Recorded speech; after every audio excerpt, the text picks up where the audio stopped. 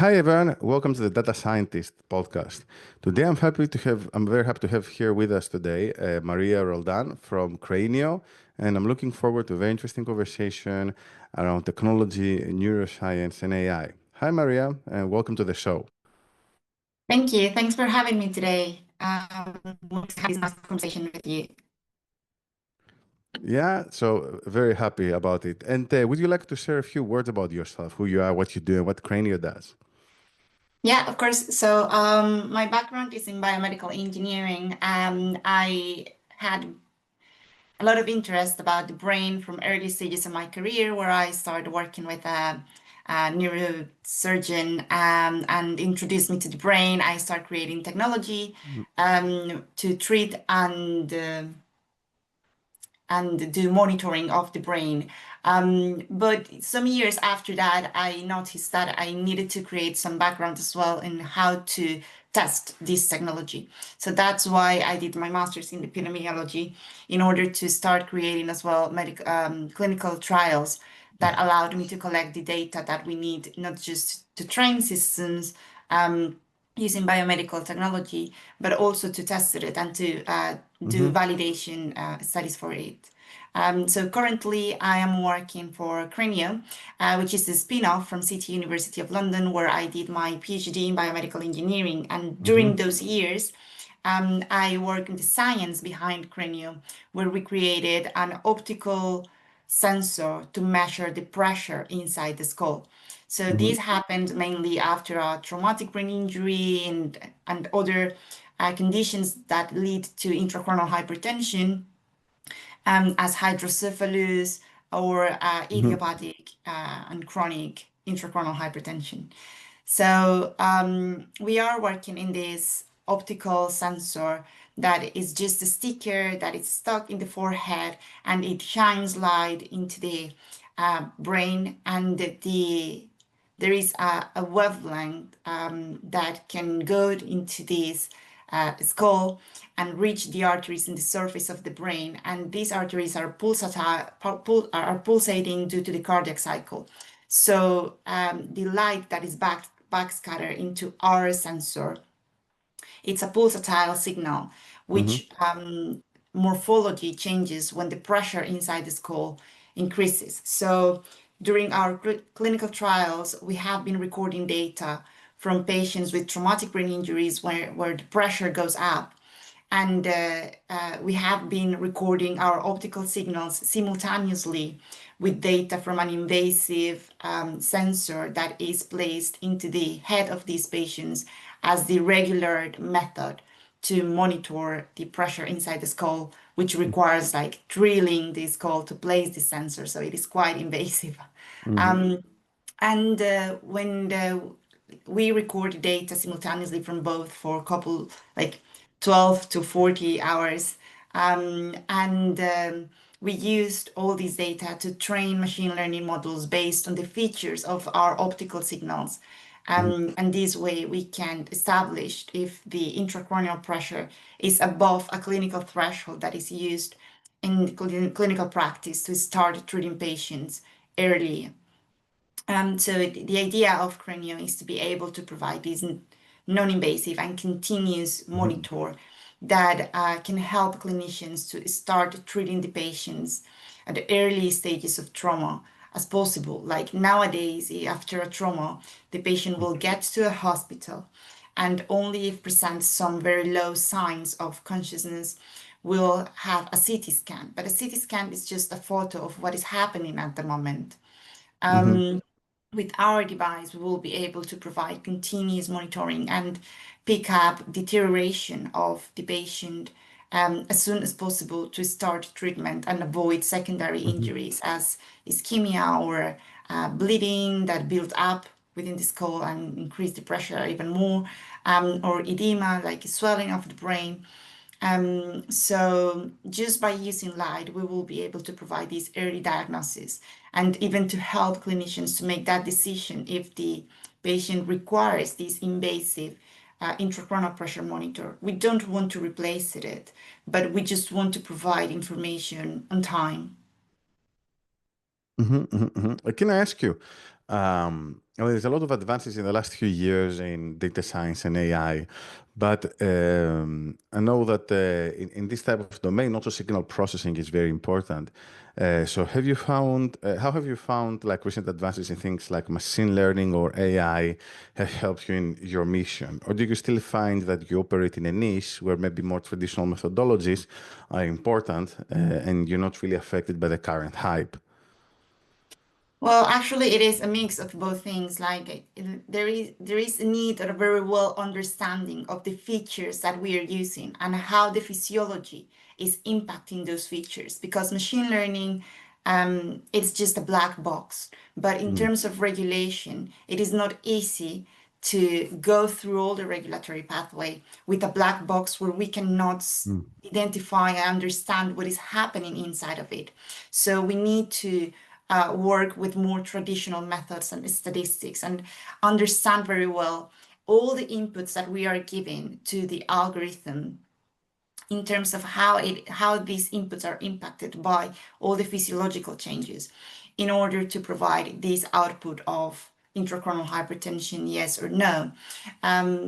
But as you were saying, like it cannot be just a blind algorithm. mhm, It will not work for medical devices as it can do for many other applications where it is not as important to understand what is happening in the middle of that black box. mhm, mhm, mhm.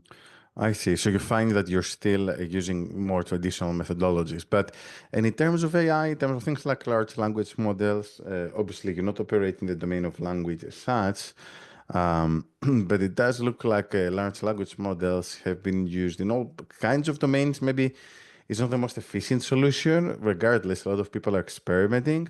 Is this something that you see happening in your space, or do you feel due to regulatory concerns, is not something that's going to take place anytime soon? Well, specifically in our application, I don't see this is happening anytime soon. Maybe for other kind of medical devices or to help clinicians to access earlier diagnostics that required maybe the analysis of a battery of tools and that they can input all these different diagnostic tests into just one algorithm that will be able to assess and compare with many other references that have from a database. That could be very helpful. But in our specific case, we need more traditional approaches and always using the same reference of invasive ICP measurements. Mhm. Okay, makes sense.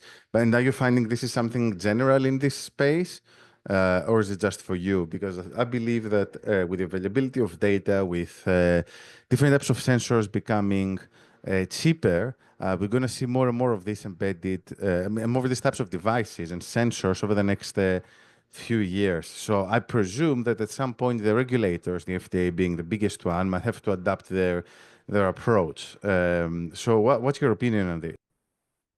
Yeah, definitely.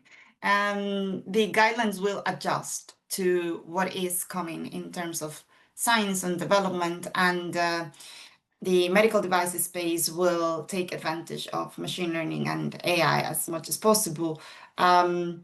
But that means that we will need to provide the FDA or any regulatory agent with all the background of how we did the training and how robust those models are, what kind of patients or data was used to train these models. Because at the end, there is a lot of intervariability between the patients, and we need to avoid that it works very well in certain groups, but it is not reliable in all populations. So FDA and all the regulatory agencies will need to describe better like the guidelines for us as manufacturers to provide that robust evidence in the populations that they believe will be needed. But creating those guidelines requires a lot of research as well to be certain that X number of patients or in X characteristics will cover sufficiently what it is needed to be approved. Yeah, makes sense. Okay, and let's move on to something else. So, how do you find this particular space as an entrepreneur, right? Because it's quite special, and I guess there must be a lot of differences in terms of the funding opportunities as well as the market between the UK, the EU, and the US.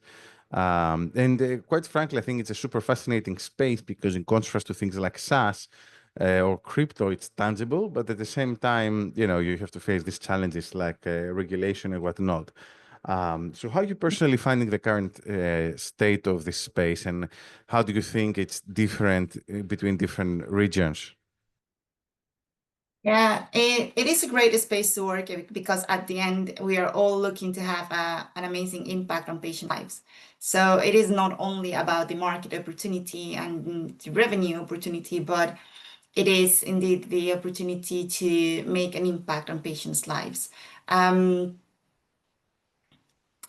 Now, it is challenging in terms of financing or finding funding because we are competing with companies that could have early revenue in much less time, as they are not as regulated spaces as MedTech. So for us, we can go into Series A without even creating any revenue yet because we are going through all the clinical studies and creating all the evidence to present to the regulator later on. Usually, a medical device company takes 10 years from the idea and conception to the point where you are making your first sales. While when you compare these with other AI opportunities where you have apps that can be developed within 6 months and launched within the next 6 months, you will be able to create revenue to those investors in very, very short time. So competing with that future money, it's very difficult. It is harder for us to get the investment because we are competing with it. However, if the system goes through all trials and manage to get to the market, usually the revenue is much higher that like other apps that could be more temporal or fashion things. Makes sense. I mean, it's pros and cons, right? So you do have a stronger moat. So yeah, Yeah. I guess this makes it up for the speed to revenue. And can I ask you, so far in this journey as an entrepreneur and with Crainio specifically, what has been the most fascinating development, and what do you think the future holds for you? I believe that going through all the design from scratch, it didn't exist at all. It was just the idea, the hypothesis that started at the university. And we have created Monte Carlo simulations, in vitro simulations with a head phantom, a brain inside, push fluid through it to test the initial sensors that we built with our own hands. And then moved to healthy volunteers studies where we tilted healthy volunteers and saw those changes in the morphology of the optical signal that we were getting from the brain.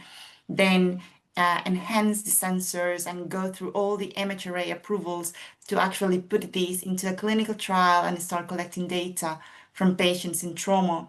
Like the whole journey of creating that technical evidence has been amazing. But at the same time, when this spin-off and we created a company and let's start thinking about the business model and how to bring funding to the company. So it is difficult to just pick one of the things that I'll say I liked it the most. Like the whole journey itself, it like we have learned many, many things and grow a lot. And we keep motivated to actually bring it to the market and make it a reality.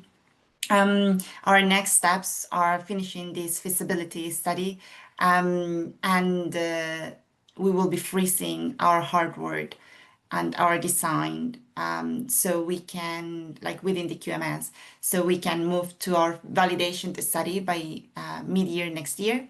And by finishing the validation study, we'll be able to provide all this information to get our CE mark by the end of 2027 and launch to the UK's market on 2028. So that's like the roadmap that we have at the moment. But we would like to keep doing other research activities because at the end we are an R&D based company, and there are other conditions that we would like to explore, not just traumatic brain injury, but also hydrocephalus and chronic idiopathic intracranial hypertension, among others.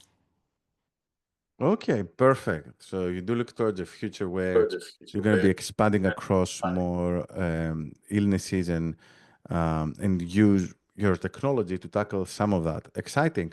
Okay, perfect. Well, Maria, it was great talking to you. And where can our listeners learn more about you and Crainio, like LinkedIn, website?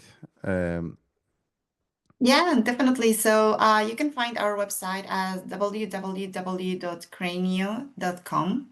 And you can also find me in LinkedIn, just Maria Roldan Restrepo, and you will find me there as well. All right, perfect. Well, Maria, it's been a pleasure. Thank you. We'll be happy to connect with all of you. And thanks for having me today. Thank you. Bye-bye. Bye bye.